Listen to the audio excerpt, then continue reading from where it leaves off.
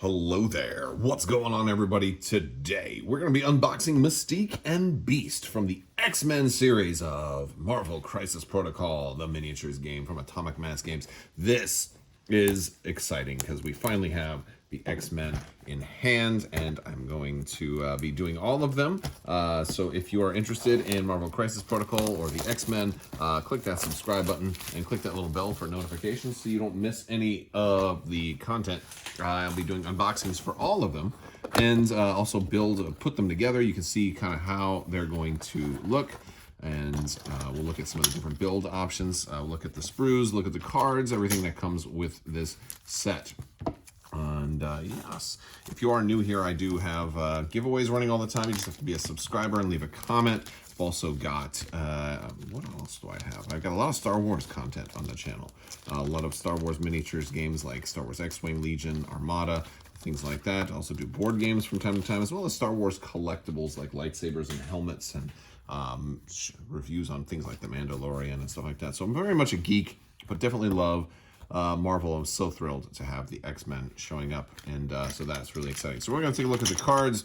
Let's take a look at also the bases here. For Beast, who is on this medium-sized base, we're going to get 2 of these, and with some extra cups and beer bottles and kind of debris.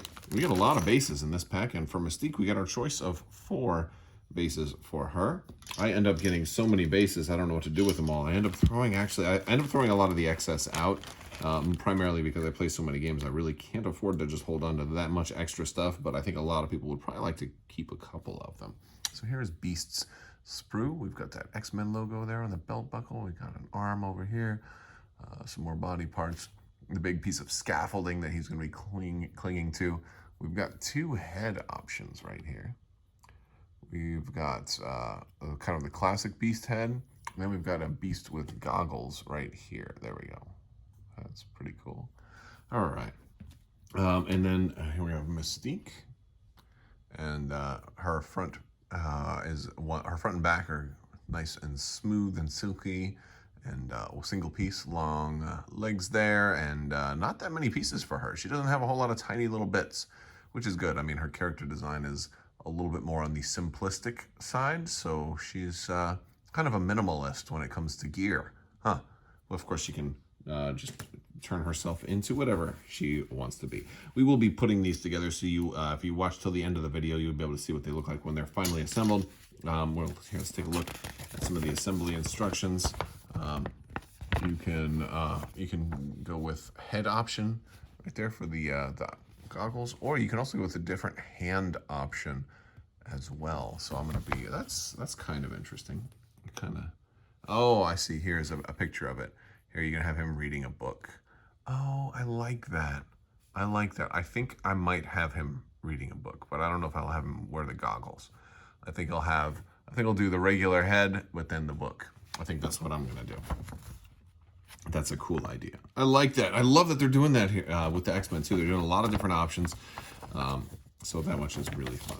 All right, let's go ahead and take a look at these cards. Okay, so first up is Mystique, who has probably more card text than any character I've ever seen in this game, which is actually, wow, that's pretty impressive.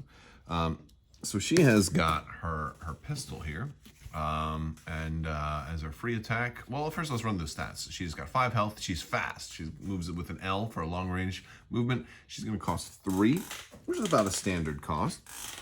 And she's got 3/3 for defense all across.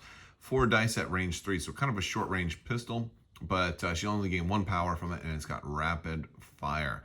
So if she wants to, she can make a second attack. That one's pretty cool. Must target the same person as the original, but it doesn't get the rapid fire rule.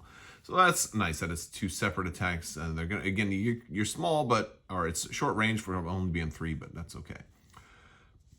She also has espionage here with 3 power for 6 dice. She's got to get them really close, but before damage is dealt, they gain the stun special condition, which means they're only going to gain 1 power. They're not going to gain more than 1, even if she hits with a whole bunch of damage.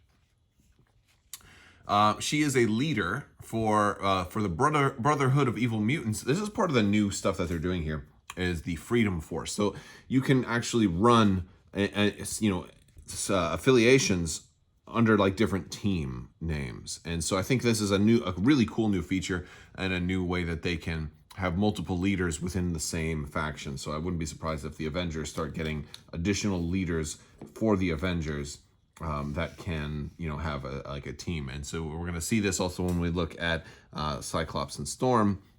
Be sure to subscribe and watch all my videos, and then you'll be able to look at all of those too. But she can read the freedom. She can lead the Freedom Force team under the Brotherhood. So she's basically leading a bunch of bad guys to do not quite so evil things, but really for the betterment of mutant kind, right?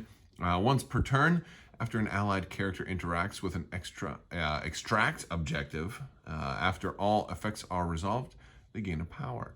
Additionally, they get the following interact ability. Secure the objective token. Place a token on this objective token. While this token is in play, you are securing that objective. Remove the token if an enemy character contests this objective token. You may have only one token in play as a result of this leadership ability. That is really cool. I guess I don't know which one she would use for this. Maybe the check mark? I don't know.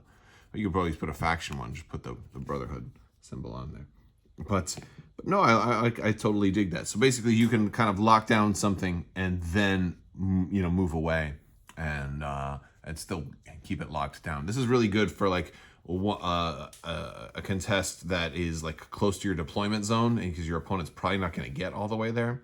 And then they can take it from you, but it forces them to overextend and split their dudes up. So this is a super, super cool objective-based ability, and I like this. Now, keep in mind, while Magneto is also going to be a leader of the Brotherhood of Mutants, you won't be able to use both leadership abilities. You're only going to be able to use one leadership ability, even if your whole build is Brotherhood.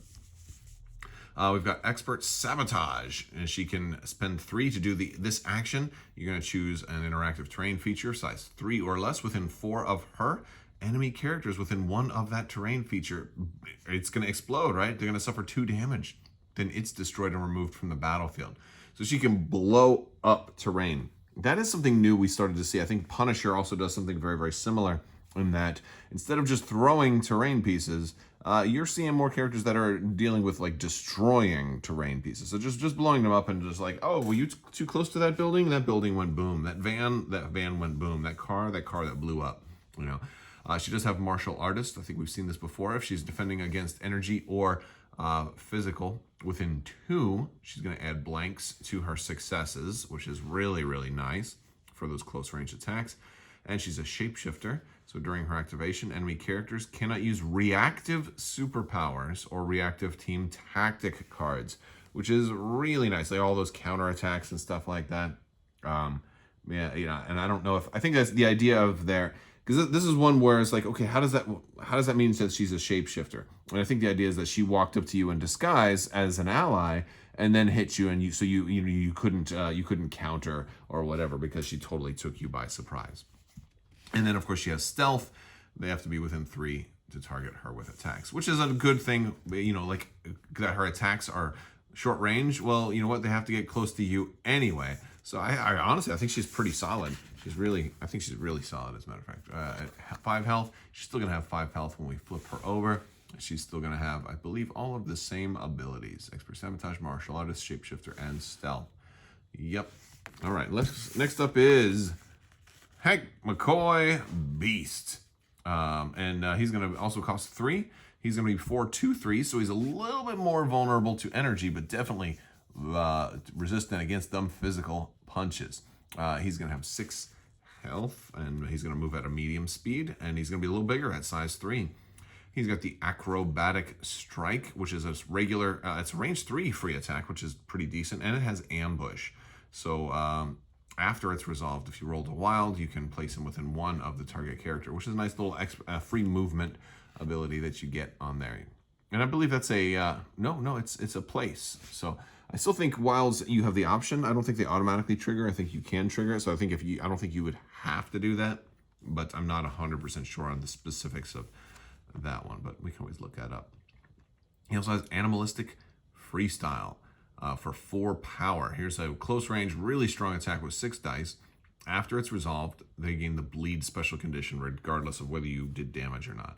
It also has the wild float Leica before the damage is dealt. If the target character is size 3 or less, you're going to push them away short range. And then after the attack is resolved, you may advance medium range. So this one has got a lot of movement built into it. While it doesn't have incredible offensive capability like some other more expensive attacks do, this one is, again, a little bit more based on objective play, like moving people off of objectives, moving yourself closer to other objectives, or maybe even to safety. So that one's good. He's got basic instincts, or rather baser instincts. Choose an interactive terrain feature with or enemy character, both of 2 or less and within 2, and throw it short range. So there you go. And it's only going to cost 2. Oh, it's an. Wait. Oh, no, either one. Choose an interactive terrain feature or an. I thought it said and for a second there. I was like, oh, he gets to throw 2 things. No. Stars and garters. After this character rolls defense die or dodge dice, it can spend up to 3. This is a reactive to use this superpower. For each power spent, you can re-roll one of those dice. Now that's an example of something he couldn't do against Mystique if she were attacking him, because she would sneak up on him and he would think that she was Professor Xavier, so he wouldn't be trying to, do re-rolls and stuff. Disconcerting, yet provocative. He has this as a permanent or a passive. Whenever this character rolls dice, after the effect is resolved, it gains a power if it rolled at least 1 skull. So that kind of makes skulls not quite so bad. And then wall crawler, which is synonymous with flying for purposes of this game, or at least mostly synonymous with flying. Of course, because there's always the chance you'll get a card that references somebody with flying or references somebody with wall crawler individually. So that's really the distinction there. But yeah, so he gets movement just wherever he wants. Flipping him over, I think he's going to be about the same. He's going to go down from 6 health down to 5 health on the other side. Still has the same abilities, and yeah, still 4-2-3. 4-2-3, yep. So he's not, a lot of characters don't change that much when we flip sides. So that's interesting. There's our cards, our card stock, and then we're going to have, here's a couple of cards here. First off, oh, man, we're getting Rogue and Gambit right there for deception. I love that. I love that we're seeing Rogue and Gambit, and I really hope they do show up soon. Here is the deception card. This is going to be unaffiliated. This is for Mystique alone. She may play this card. Choose an enemy character within 4 of her. If there are no other non-dazed enemy characters within 2 of that character, so you're going to find somebody who's basically by themselves, you can advance the chosen character its speed toward her. So she can pull somebody closer to her. So she can be like, she can become Rogue and say, Gambit, come here, Gambit. I found a way to control my power. It's okay. I can give you a little kiss, Gambit.